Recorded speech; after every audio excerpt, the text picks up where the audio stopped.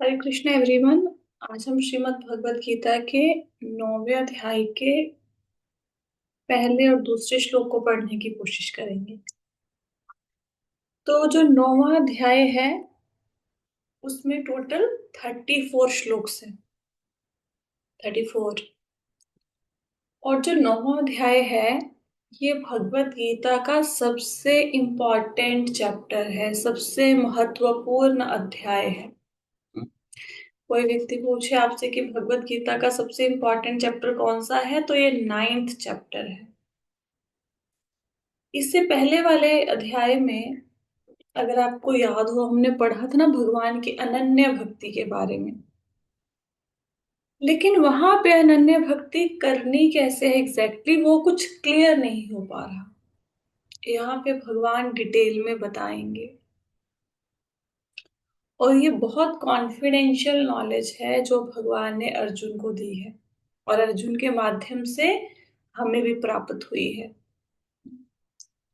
इस अध्याय में 9वें अध्याय में जैसे 8वें अध्याय में जब हमने स्टार्ट किया था तो उसमें कुछ ब्रह्म क्वेश्चन थे। ब्रह्म क्या है, अध्यात्म क्या है, अधिभूत क्या है, अधिदैव क्या है, अधियज्ञ क्या है, ऐसे प्रश्नों से वो चैप्टर स्टार्ट हुआ था। उन प्रश्नों के उत्तर में 8th चैप्टर भगवान ने अर्जुन को सुनाया। अब ये जो 9th चैप्टर है इसमें किस चीज का वर्णन रहेगा? 9th चैप्टर में सबसे पहले तो इसमें भगवान अपने ऐश्वर्यों का वर्णन करेंगे। किसका वर्णन करेंगे? अपनी ऐश्वर्यों को, अपनी सुप्रीम पावर्स का वर्णन करेंगे जिनके द्वारा हमें बड़ा आश्चर्य होगा भगवान के ऐश्वर्यों को सुन सुनकर। हम्म।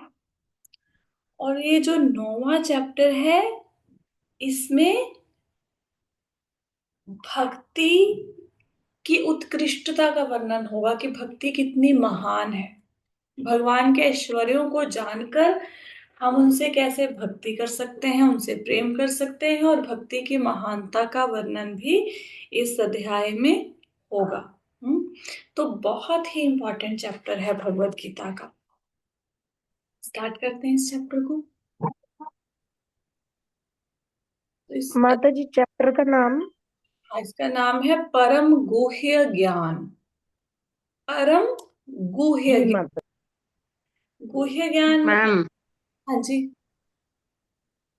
ये 9th चैप्टर 8th चैप्टर में हम लोग भगवान का ऐश्वर्य का वर्णन यहाँ पढ़ा था ना। नहीं, नहीं इसमें नहीं, पढ़ने जा रहे हैं। 8th चैप्टर में भगवान के ऐश्वर्यों का वर्णन नहीं पढ़ा था। 8th चैप्टर में हम लोगों ने पढ़ा था भगवान से अर्जुन ने कुछ प्रश्न पूछे थे, उनका उत्तर था, और ओके। साथ में योग मिश्रित भक्ति का वर्णन था।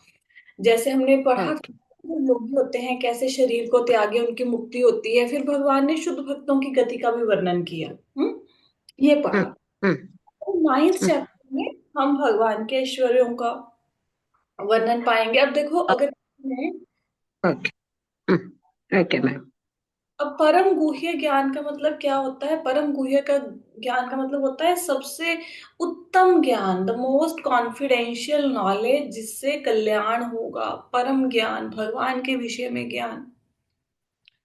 अब हम किसी से तभी प्रेम करते हैं अगर हमें उसके गुणों के बारे में पता होता है ना, या किसी को किसी के ऐश्वर्यों के बारे में पता होता है।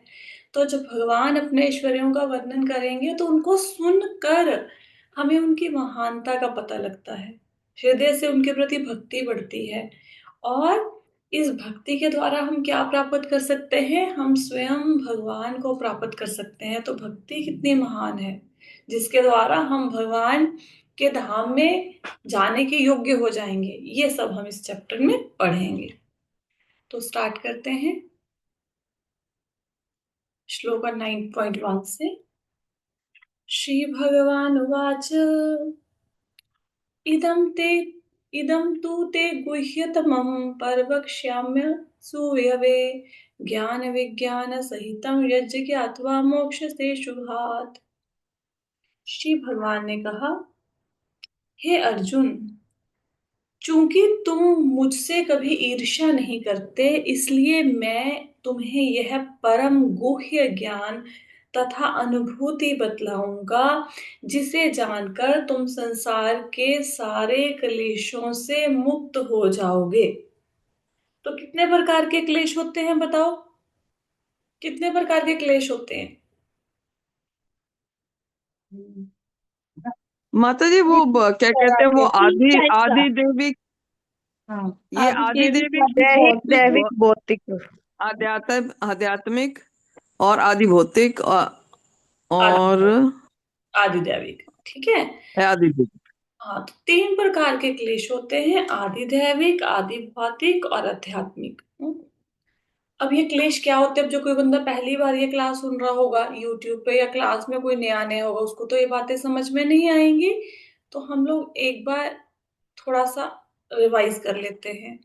आदि दैविक क्लेश वो होते हैं जो दैवीय कारणों से हमें मिलते हैं, जैसे बाढ़ आ गई, भूचाल आ गया, कोरोना आ गया, कोई महामारी फैल गई।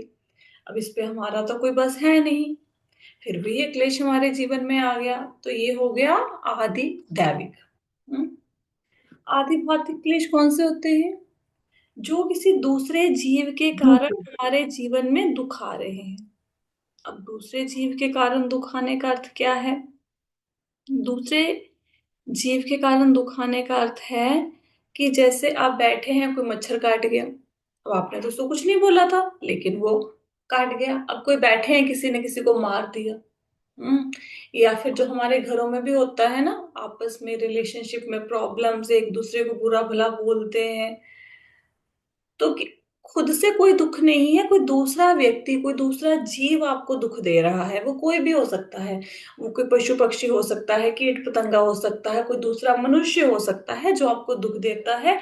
इसको बोलते हैं आदि भौतिक। आध्यात्मिक क्लेश कौन से होते हैं? आध्यात्मिक क्लेश है जो शरीर और मन से उत्पन्न क्लेश है। शरीर से आप लोगों को कितनी बीमारियां लगी हुई हैं शरीर को। सिर दर्द होता है, पेट दर्द होता है, बॉडी एक है, किसी को शुगर का प्रॉब्लम है, किसी को कुछ है ना, अलग अलग तरह की बीमारियां हैं।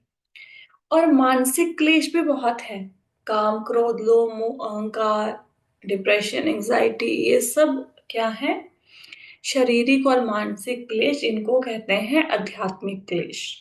तीन प्रकार के क्लेश समझ आए? हम एक एक शब्द को अच्छे से समझेंगे ताकि हमें श्लोक का बहुत अच्छे से समझ आगे आ जाए। तो हम क्लेशों का अर्थ तो जान गए हैं, तीन प्रकार के क्लेश, आध्यात्मिक, आदि आदि, देविक क्लेश एक बार बोलिए मैम। हाँ, मैम, आदि देविक क्लेश। आदि दैविक, आदि देविक। आदि दैविक, आदि भौतिक और आध्यात्मिक। हम्म।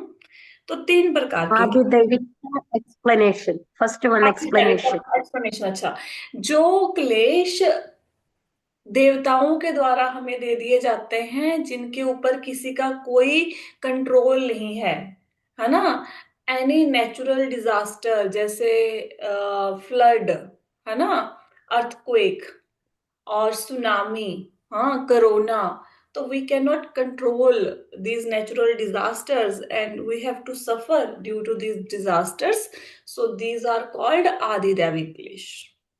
क्लियर हुआ बेबी जी? Yes ma'am, yes, carry on. Right. तो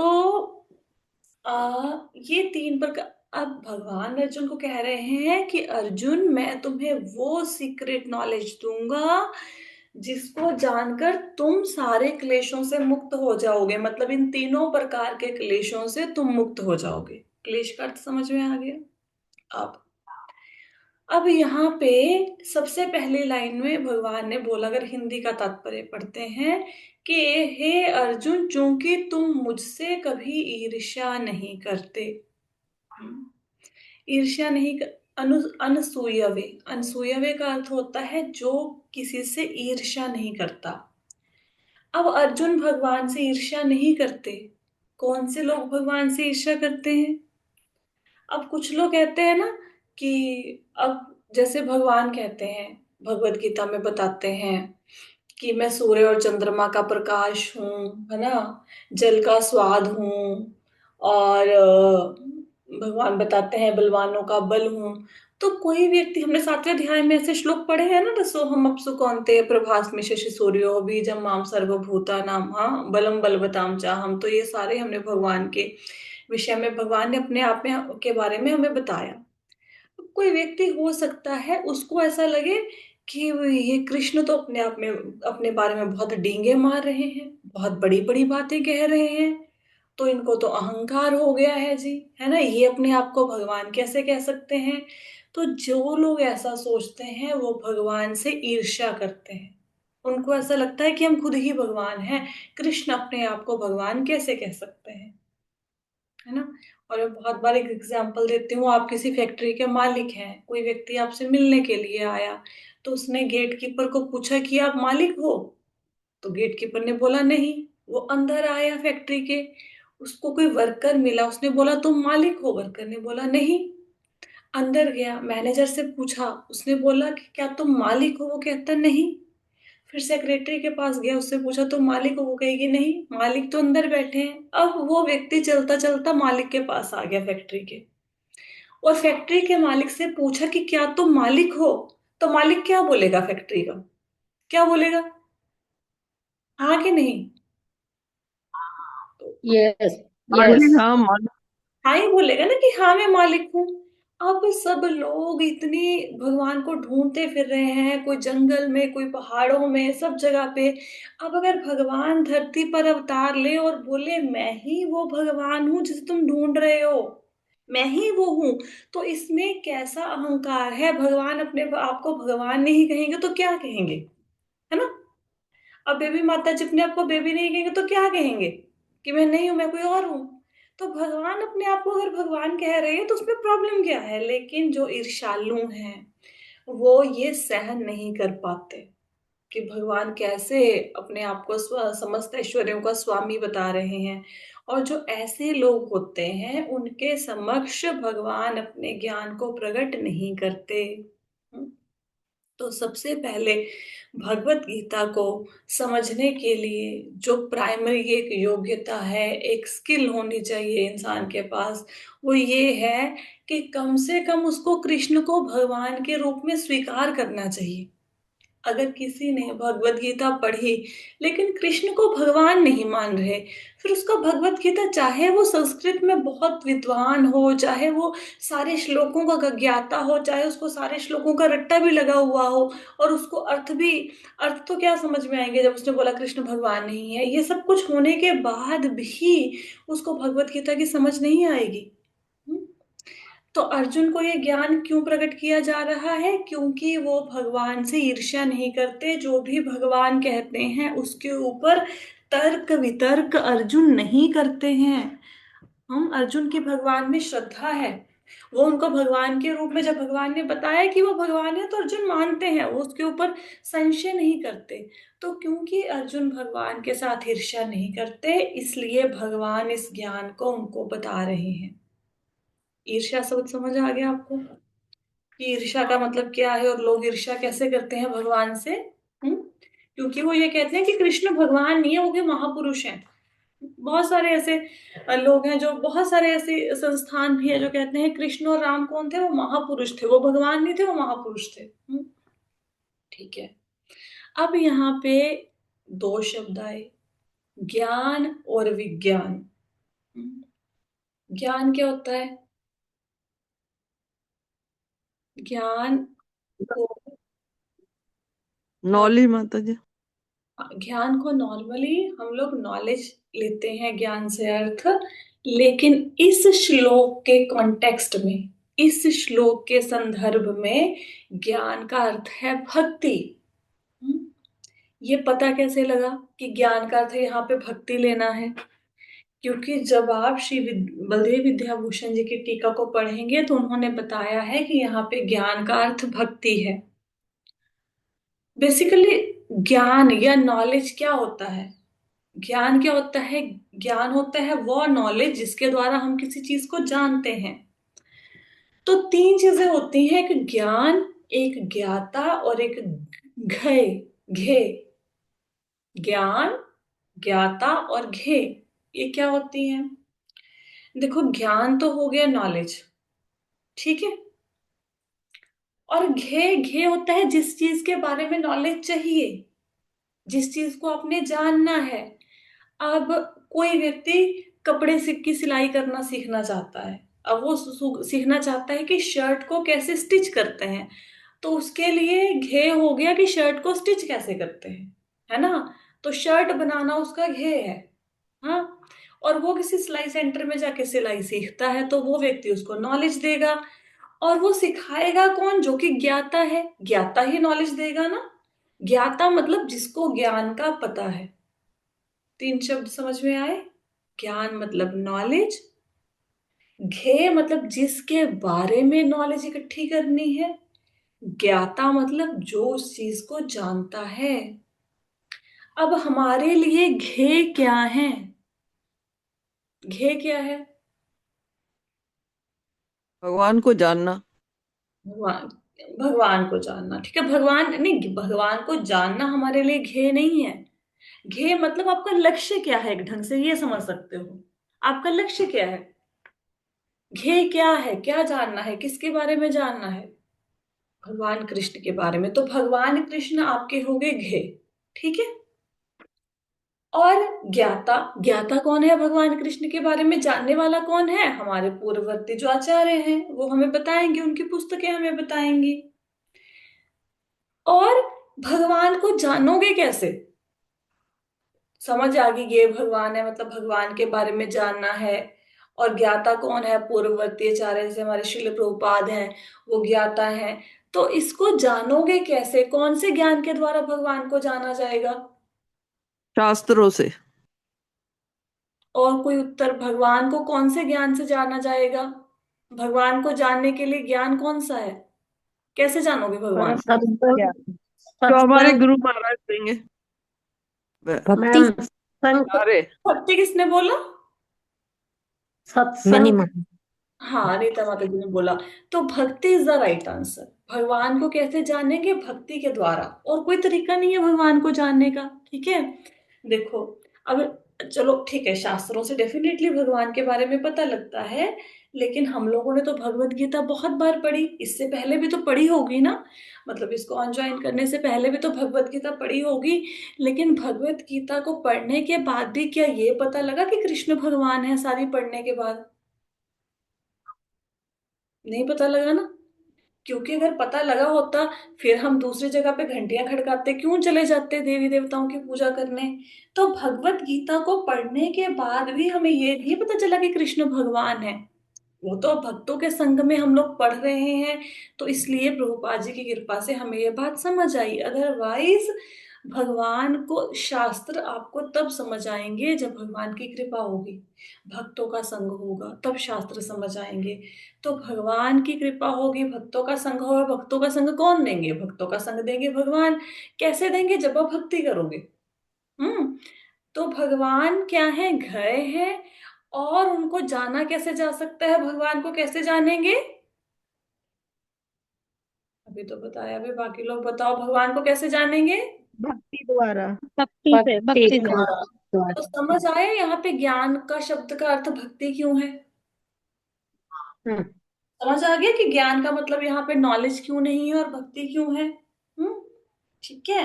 जी माता ज्ञान समझा। अब इस श्लोक के कॉन्टेक्स्ट में अपने ज्ञान का मतलब भक्ति लेना है। ये श्लोक के अनुसार उसके कॉन्टेक्स्ट के अनुसार चीजों के तात्पर्य चेंज हो जाते हैं, ठीक है। जैसे कहीं कहीं पे ब्रह्म का अर्थ जीव लिया जाता है, कहीं कहीं पे ब्रह्म का अर्थ भगवान से लिया जाता है, कहीं कहीं पे ब्रह्म शब्द का अर्थ होता है जीवात्मा और आत्मा, ठीक है। तो ऐसे हाँ, ब्रह्म को हम ओम के द्वारा वो करते हैं, ओम के द्वारा जानते हैं। तो इसलिए जैसा श्लोक है उसके कॉन्टेक्स्ट में वैसे ही उनके शब्दों का अर्थ चेंज हो जाएगा। अब आया विज्ञान। नेक्स्ट वर्ड है विज्ञान। विज्ञान क्या है? विज्ञान है कि भगवान की अनुभूति होना, ये विज्ञान है। जब किसी नॉलेज को आप अप्लाई करते हो, तो उस नॉलेज की प्रैक्टिकल जो इम्प्लीमेंटेशन होती है वो हो गया विज्ञान। तो ज्ञान के द्वारा मतलब भक्ति के द्वारा जब आप भौतिक कल्मश से शुद्ध हो जाओगे। जब हृदय शुद्ध हो जाएगा तो भगवान की अनुभूति होगी। भक्ति के द्वारा जब हृदय शुद्ध हो जाएगा उससे क्या होगा, भगवान की अनुभूति होगी, अर्थात भगवान की रियलाइजेशन होगी। अब रियलाइजेशन को कैसे समझोगे? जैसे अभी आप लोगों को ये रियलाइजेशन है कि हम शरीर नहीं, हम आत्मा हैं। सबको पता है ना, हम शरीर नहीं, हम आत्मा है। इसी प्रकार जब माता जी। है ना भक्ति करते रहेंगे तो भगवान धीरे धीरे हृदय को शुद्ध कर देंगे और फिर हमें भगवान की अनुभूति होगी। तो भगवान, अब देखो फर्स्ट लाइन समझ आई है अर्जुन, चूंकि तुम मुझसे कभी ईर्ष्या नहीं करते इसलिए मैं तुम्हें यह परम गुह्य ज्ञान तथा अनुभूति बतलाऊंगा। परम गुह्य ज्ञान, परम गुह्य ज्ञान इसलिए है, परम गुह्य ज्ञान क्यों कहते हैं 9th चैप्टर को? इसमें ना भगवान बताते हैं अपने ऐश्वर्यों के बारे में। अब कोई सपोज आपको ये बोले, क्या बोले कि किसी ने ऐसा बोला कि आपने मुकेश अंबानी से मिलना है, तो मुकेश अंबानी के विषय में वर्णन किया कि भाई उसकी इतने इतने मतलब अरबों खरबों की उसकी जायदाद है, ठीक है, इतने उसके एम्पायर है, ऐसे उसका बिजनेस फैला हुआ है, सब कुछ है। अब इस सब को जानने के बाद क्या आप कल्पना भी कर सकते हैं कि आप उनसे मिल सकते हैं? नहीं। आप क्या सोचोगे, वो तो बहुत ऊंचे पद पे हैं, हम उनसे कैसे मिल सकते हैं? अब कोई बंदा बोले प्रधानमंत्री से मिलना है, तो उनकी पोजीशंस को जानने के बाद क्या हम ये कल्पना कर सकते हैं कि हम उनसे मिल सकते हैं? नहीं, पता नहीं, अगर मिलने की इच्छा भी कर लें कभी पूरी होगी इस जीवन में कि नहीं होगी। क्योंकि जैसे जैसे किसी की पदवी, आप प्रधानमंत्री को छोड़ो, बड़े लोगों को, अगर आपको अपने बच्चे के स्कूल के प्रिंसिपल से भी मिलना है ना, उसके लिए भी आपको अपॉइंटमेंट लेनी पड़ती है। बड़े बड़े स्कूलों में प्रिंसिपल मिलते नहीं है, हो सकता है किसी ने ये देखा भी हो अपनी लाइफ में। ऐसे नहीं मिल सकते आप। तो जैसी जिसकी पोजीशन होती है उसके अकॉर्डिंग वो व्यक्ति हमारी पहुंच से दूर हो जाता है। अब भगवान के जब ऐश्वर्यों का वर्णन आप इस चैप्टर में पाएंगे तो फिर व्यक्ति ये सोचेगा ना कि भगवान तो इतने ऐश्वर्यशाली हैं, मैं उनको कैसे प्राप्त कर सकता हूँ? भगवान तो बहुत उच्च स्तर पर है, भगवान मतलब मेरे बस में तो नहीं है भगवान को प्राप्त करना। तो फिर भगवान बताते हैं कि कैसे बड़ी ही आसान विधि से आप मुझे प्राप्त कर सकते हो। इट इज पॉसिबल, तुम मुझे पा सकते हो। हम ये नहीं कह सकते कि हम मुकेश अंबानी के पास जाके उसके साथ कुर्सी लगा के बैठ जाएंगे, या प्रधानमंत्री के पास जाएंगे कुर्सी लगा के बैठ जाएंगे, नहीं कर सकते ना। लेकिन भक्ति एक ऐसा साधन है जिसके द्वारा आप भगवान कृष्ण का सानिध्य, उनका साथ प्राप्त कर सकते हो गोलोक वृंदावन में। उनके साथ गैया चरा सकते हो, उनके साथ भोजन खा सकते हो। ये भगवान इतने ऐश्वर्यशाली होने के बाद भी अपने भक्तों को वो सुख प्रदान करते हैं। तो इतने ऐश्वर्यशाली भगवान को इतनी सरलता से कैसे पाया जा सकता है, इसका वर्णन इस अध्याय में है। आप देखेंगे आगे जाके श्लोका आएगा, श्लोका 9.26, पत्रम पुष्पम फलम तोयम यो में भक्त्या प्रयच्छति तदहम भक्ति उपहृतम अश्नामि प्रेतात्मना। तो भगवान कहेंगे कि अगर कोई व्यक्ति मुझे प्रेम से एक पत्ता, तुलसी पत्र, फूल, फल, जल अर्पित करता है, मैं बहुत प्रसन्नता से स्वीकार करता हूँ। तो कितनी अद्भुत बात है ना कि इतने ऐश्वर्यशाली भगवान, और आपने एक तुलसी पत्र दिया और भगवान को इतना ऑफर करने मात्र से आप उनके धाम में जाने के अधिकारी बन गए। कितनी आश्चर्यजनक बात है। आपने भगवान को एक लोटा जल दिया और भगवान बदले में आपको धाम दे देंगे। कभी ऐसा सुना है कि आपने, आप ऐसा बोल सकते हो कि प्रधानमंत्री नरेंद्र मोदी के लिए मैंने एक पत्ता दिया और पत्ते के बदले में प्रधानमंत्री ने बोला ठीक है आओ तो मेरे घर में आके रहो? ऐसा कोई कर सकता है? कोई नहीं कर सकता। हाँ, लेकिन भगवान इतने ऐश्वर्य होने के बाद भी कितनी सरलता से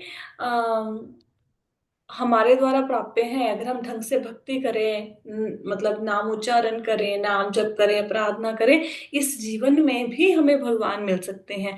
इसलिए इस नॉलेज को सीक्रेट नॉलेज बोला गया है। इसलिए भगवान को पाने का तरीका है इस चैप्टर में, जिसे जानकर तुम संसार के सारे क्लेशों से मुक्त हो जाओगे। तो ऐसा ज्ञान अर्जुन को बताया कि अगर तुम जानोगे तो तुम सारे क्लेशों से मुक्त हो जाओगे। क्लियर हो गया श्लोका? जी माता। ठीक है। तो ईर्ष्या का अर्थ क्या है? यहाँ पे भगवान से ईर्ष्या करने का मतलब क्या है?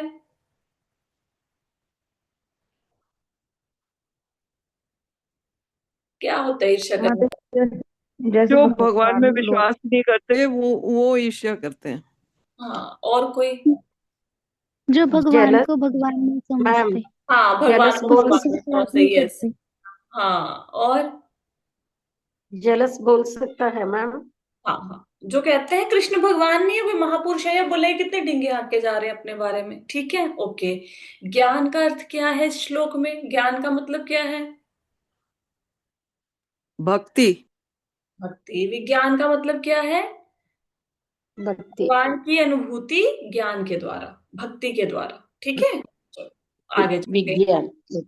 हाँ, कि अब ये श्लोका समझ आ गया सब। नेक्स्ट चलते हैं, 9.2 श्लोका पे चलते हैं। 9.2 श्लोका है, राजविद्या राजगुह्यं पवित्रम इदम उत्तमं प्रत्यक्ष अवगमम धर्म्यम सुसुखम कर्तुम अव्ययम। इसमें भगवान क्या कहते हैं? भगवान कहते हैं यह ज्ञान सब विद्याओं का राजा है, जो समस्त रहस्यों में सर्वाधिक गोपनीय है। यह परम शुद्ध है, और चूंकि यह आत्मा की प्रत्यक्ष अनुभूति कराने वाला है, अतः यह धर्म का सिद्धांत है। यह अविनाशी है और अत्यंत सुख पूर्वक संपन्न किया जाता है। अब इसमें क्या बताया गया है? इसमें बताया गया है कि ये जो ज्ञान है, ये सब विद्याओं का राजा है। जितनी भी विद्याएं हैं उनका राजा कौन है? ये वाला ज्ञान जो भगवान इस अध्याय में बताने जा रहे हैं। हम्म देखो, अब जैसे ज्ञान ज्ञान तो सब लोगों को होता है। अब जैसे सबको पता लगे कि हाँ जी, हम शरीर, सबको मतलब जो लोग आध्यात्मिक पद पर जुड़े हैं, या जिन लोगों ने भगवत गीता की सपोज क्लासेस भी लगाई हैं, हाँ जी, पता लग गया हम शरीर नहीं, हम आत्मा है ना। अब क्या सिर्फ ये जानना ही पर्याप्त है कि हम आत्मा है? तो हम में और दूसरे बंदे में कोई बहुत ज्यादा अंतर तो है नहीं। एक को पता है, पता ही नहीं कि हम आत्मा है, दूसरे को पता लग गया कि हम आत्मा है, और आत्मा समझ के कि हाँ मैं शरीर नहीं, मैं आत्मा, वो चुप करके बैठ गया। उससे तो कोई बेनिफिट नहीं होने वाला। तो इसको जानने के बाद कि हम शरीर नहीं, हम आत्मा है, तो आत्मा के लिए कुछ ना कुछ कार्य तो करने पड़ेंगे ना। तो उन आत्मा के कार्यों का वर्णन इस अध्याय में है। इसलिए इस ज्ञान को सब विद्याओं का राजा कहा जाता है। जितनी भी सीक्रेट नॉलेज है, उनमें से ये सबसे अधिक सीक्रेट है, सबसे अधिक सीक्रेट। हमें ना, कई बार हम किसी चीज को पढ़ते हैं तो हमें ऐसा लगता है कि ये क्या बड़ी बात है, इसमें क्या भगवान ने इतना सीक्रेट नॉलेज, सीक्रेट बता रखा है, हमें तो पता ही है कृष्ण भगवान है, भक्ति के द्वारा उनके पास जाना है ना।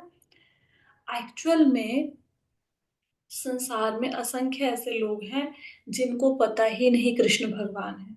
अब चाइना में जाओ, उनको बोलो कृष्ण भगवान है, उनको समझ आएगा? कुछ नहीं समझ आएगा। आदिवासी एरिया में चले जाओ, बोलो कृष्ण भगवान है, समझ आएगा? नहीं आएगा। लोगों ने कृष्ण का नाम तक नहीं सुना होता। ये हमें इतना इजी इसलिए लग रहा है क्योंकि अब हम लोगों ने पढ़ लिया। पिछले पहले के जमाने में लोग तपस्या करते थे, जप करते थे, तप करते थे, तब भी नहीं पता चलता था कि परम सत्य कौन है। इसके विषय में कंफ्यूजन ही रहती थी, परम सत्य कौन है, कुछ नहीं पता। लेकिन ये तो प्रभुपाद जी की कृपा है कि हमें समझ आ गया कि कृष्ण भगवान है। आपने कभी आज से 10 साल पहले किसी ने गीता पढ़ी है? 10 साल पहले? तो 10 साल पहले, नहीं। नहीं, किसी ने भी नहीं पढ़ी। 5 साल पहले लगा लो, मतलब इस क्लास को अटेंड करने से पहले कभी किसी ने गीता पढ़ी है, भगवत हाँ, गीता? हाँ जी मैम। ऐसे ही रीडिंग करता था मैम, लेकिन ज्यादा कुछ समझ में नहीं आता था। बेबी जी, रीडिंग भगवत, करता था when you were शाम को time. when you were reading Bhagavad Gita in the evening, so at that time, did you realize that Krishna is God? No no ma'am, No, no, ऐसे ही भजन मापी reading करके जाता था। नहीं करके जाते थे ना। जब क्लास में आने लगा, आपका क्लास में आने लगा, came to know that Krishna is the ultimate goal. Yes, the Supreme Personality of Godhead, yes. Actually हम में से कितने लोगों ने भगवत गीता पढ़ी? हम लोग श्राद्धों में पढ़ते थे। आई आई डोंट नो आप में से कितने लोग पढ़ते थे। मेरे मदर तो पढ़ते थे, मैं भी बहुत, मतलब मैंने पढ़ा हुआ इससे पहले भी। लेकिन भगवत गीता पढ़ने के बाद भी नहीं समझ आता था कि कृष्ण भगवान है, सारी भगवत गीता पढ़ने के बाद। ये तो प्रभुपाद जी की भगवत गीता को जब हमने पढ़ा, उनके तात्पर्यों को पढ़ा, तो समझ आया, तो हमने भक्ति में प्रगति करी। अगर आप अपनी जीवन में, ऐसा तो है नहीं ना कि शुरू से सब लोग धार्मिक नहीं थे। ऑफ कोर्स आपका इंडिया में जन्म हुआ है, और कोई ना कोई, हमारे तो इंडिया में सब लोग, मतलब हमारे इंडिया की तो विशेषता ये है कि हमारे यहाँ पे तो पेड़ पौधों की भी पूजा की जाती है, पीपल के पेड़ की। अब पीपल का पेड़ नजर आया, उसको पूजा जाएगा। अब आपको शेर नजर आया, तो कौन है? दुर्गा देवी का वाहन है। अच्छा ठीक है। उल्लू नजर आया, कौन है? लक्ष्मी जी का वाहन है। ठीक है जी। अब आपको गधा नजर आया, तो जी तो शीतला माता का वाहन है। मतलब हम लोग तो हर चीज में हमें दर्शन होते हैं, मतलब दैवीय अनुभूति होती है हर चीज से। हम तो यहाँ पे वृक्षों, पत्थरों, हर चीज की पूजा की जाती है इंडिया में। तो ऐसा तो है नहीं कि इंडिया में रहकर और धार्मिक परिवारों से सब लोग बिलोंग करते हो कि हम लोग धार्मिक नहीं थे। पहले भी हम लोग धार्मिक थे, ऐसी बात नहीं है। लेकिन हमारे जीवन में भक्ति में प्रोग्रेस कब हुई? धार्मिक तो हम शुरू से थे, तो हमारे जीवन में आध्यात्मिक तौर पर प्रगति कब शुरू हुई? बताओ, कब शुरू हुई? माता जी इस्कॉन कल्याण बहुत ही के जब जुड़ने बाद। के बाद इस्कॉन से ज्वाइन किया। जब इस्कॉन को इस्कॉन ज्वाइन, से जुड़ने के बाद इस्कॉन से जुड़े। इससे पहले कभी ऐसे नाम जप करते थे सारा दिन मन में? कभी 16 माला कर, नहीं कभी माता। माला को उठाया भी था हाथ में किसी ने? No, no ma'am. मतलब माला तो नहीं करते थे, बस भोलेनाथ का नाम जपते रहते थे। हाँ, है ना। और मतलब हमारे लिए भक्ति का मतलब क्या था? सुबह उठो और नहा धो के एक जोत लगा लो, उसके सामने जो आपका मन में आए वो 2-4 मिनट बोलो, यही भक्ति थी। क्यों हम ऐसा क्यों करते थे? पहले भक्ति क्यों नहीं करते थे? क्योंकि हमें किसी ने बताया ही नहीं कि कृष्ण भगवान है। किसी ने नहीं बताया, ना उन्होंने हमें अपना लक्ष्य समझाया। अगर ये क्लासें तो भी खैर 3 साल से शुरू हुई है, मेरे ख्याल से जितने भी लोग यहाँ पे क्लास अटेंड कर रहे हैं, आई थिंक 3-4 साल से ही इस्कॉन से जुड़े होंगे, जहां तक मेरा ख्याल है। If I am not wrong, इससे पुराना तो कोई मुझे नजर यस, आ नहीं। Yes, you I R don't. Right ma'am. Poonam Saha माता जी हैं शायद, वो पुराने हो में भी, बट अदरवाइज सब लोग अभी भक्ति में आए हैं 3-4 साल से, है ना। आप ये सोचो कि 3-4 साल में आपको अपने आप में कोई फर्क नजर आता है? डू यू सी एनी जी चेंज? माता जी। आता है ना। आप ये सोचो, बहुत होता है। फर्क है ना। जब 3 साल भगवत गीता सुनी, हालांकि प्रॉपरली समझ नहीं आ रही भगवत गीता को, तो 18 बार पढ़ो तो कहते हैं 18वीं बार में थोड़ी थोड़ी समझ आती है, प्रॉपरली समझ नहीं आई। लेकिन जिंदगी में इतना परिवर्तन आ गया। अगर इसी भगवत गीता को आप 30 साल और पढ़ोगे तो जिंदगी कैसी होगी? सोचो, सोचो जिंदगी कैसी हो जाएगी। ये 3 साल का परिवर्तन है। और अगर किसी ने बचपन से ही बता दिया होता कि कृष्ण भगवान है, तो आज हमारी जिंदगी कैसी होती? जिनकी आयु 40 साल, 50 साल, 60, 70, 80 है, इस सेशन में कैसे हमारा जीवन होता? किसी ने बताया ही नहीं। तो अब पता लगा ये सीक्रेट नॉलेज क्यों है। जब हमें अपनी आयु के 30, 35 साल, 40 साल, 50, 60, 70, 80 साल तक जिस चीज का नहीं पता, तो वो सीक्रेट ही होगा ना, है ना। अच्छा, और ये ज्ञान आपको पता है देवताओं तक को दुर्लभ है, उनको पता है कृष्ण भगवान है। लेकिन उसके बाद भी, इसके बाद भी तो इंद्र झगड़ा करते हैं ना भगवान कृष्ण से। जब भगवान कृष्ण ने पारिजात पुष्प ले लिया वहां से, है ना, तो इंद्र ने भगवान के ऊपर चढ़ाई कर दी। उनको पता था कि कृष्ण भगवान है, फिर भी उठा के वहां पे गोवर्धन पर्वत की भगवान ने जब पूजा करवाई, तो इंद्र ने आके वहां पे बारिश कर दी। करा ना। तो देवता तक मोहित हैं। अच्छा, ब्रह्मा जी, आप सोचो, भगवान ने सबसे पहले किसको प्रकट उत्पन्न किया? ब्रह्मा जी आए ना सबसे पहले धरती पर। और 78 धरती पर के आए, मतलब वो प्रकट हुए, सबसे पहले जीव हैं ब्रह्मांड के। तो वो जीव जो भगवान से आए, डायरेक्टली पहले जीव आए, वो आके सोच रहे हैं कृष्ण भगवान कैसे हो सकते हैं, उनके गैया बछड़े चुरा लिए। तो क्या ये नॉलेज इतनी इजी है ये जानना कि कृष्ण भगवान है? अगर इतना इजी होता तो ब्रह्मा जी को ना पता लग जाता? फिर वो गलती कैसे करते ऐसी? माया का प्रभाव है ना कितना ज्यादा। तो इसलिए इस नॉलेज को सीक्रेट बोला गया है। परम गुह्य ज्ञान है। भगवान को कैसे प्राप्त करें, जिंदगी का लक्ष्य भगवान है, भगवान कौन है, ये इस अध्याय में बताया गया। इसलिए इसको सीक्रेट नॉलेज इसलिए कहा जाता है कि यह ज्ञान सब विद्याओं का राजा है, जो समस्त रहस्यों में सर्वाधिक गोपनीय है। जितने भी सीक्रेट हैं उनमें से सबसे बड़ा सीक्रेट ये भगवान का ज्ञान है। आई होप सो कि सबको फर्स्ट लाइन समझ में आ गई होगी। बाकी श्लोक हम कल करेंगे। अब तक किसी का क्वेश्चन है तो पूछ लो। मैम शाम को टाइम गीता पढ़ता था, उसमें लिखा था शाम को टाइम गीता पढ़ने से घर में ऐश्वर्य आएगा, माने हाँ, सोच के पढ़ता था। ഗീത പഠിക്കുന്ന വീട്ടിലെല്ലാം ശ്രീശൻ വിളങ്ങിടും മെന്നു नित्यम, ऐसे एक तो लाइन था। माने गीता कौन सा घर में पढ़ता है वहां श्रीशन भगवान कृष्ण आएगा बोल के पढ़ता था, लेकिन ज्यादा कुछ मालूम नहीं था। सो बेबी जी ने तमिल में बताया कि उनको उनके एक श्लोक बताया है कि जिसमें तमिल में नहीं बताया। बेबी जी आपकी भाषा कौन सी है, which is your language? Malayalam Malayalam sorry, Malayalam. बताया इन्होंने एक श्लोक हाँ, बोला कि इसलिए शाम को हाँ, भगवत गीता पढ़ते थे कि इससे ऐश्वर्य आएगा, भगवान घर में कृष्ण आएंगे, ऐश्वर्य आएगा। तो that's why she was reading but she couldn't understand Bhagavad Gita. तो that's why the knowledge is secret. पढ़ने के बाद भी समझ नहीं आती, 4 बार पढ़ो तब भी समझ नहीं आती। समझ कैसे आएगी? जब भगवान की कृपा हो जाएगी, भक्तों का संग होगा। राइट? और किसी का कोई प्रश्न है? राइट, तो इस अध्याय को एटलीस्ट, मुझे नहीं पता कितने लोगों ने क्लासें पूरी लगाई हैं कि नहीं लगाई हैं, बट एटलीस्ट 9th चैप्टर जरूर अपना कंप्लीट करना, बहुत इंपॉर्टेंट चैप्टर है। ठीक है, और अगर किसी को मिस हो गया कभी सेशन तो यूट्यूब पे सुन लेना। राइट, सो ठीक है, हम यहाँ पे सेशन को भी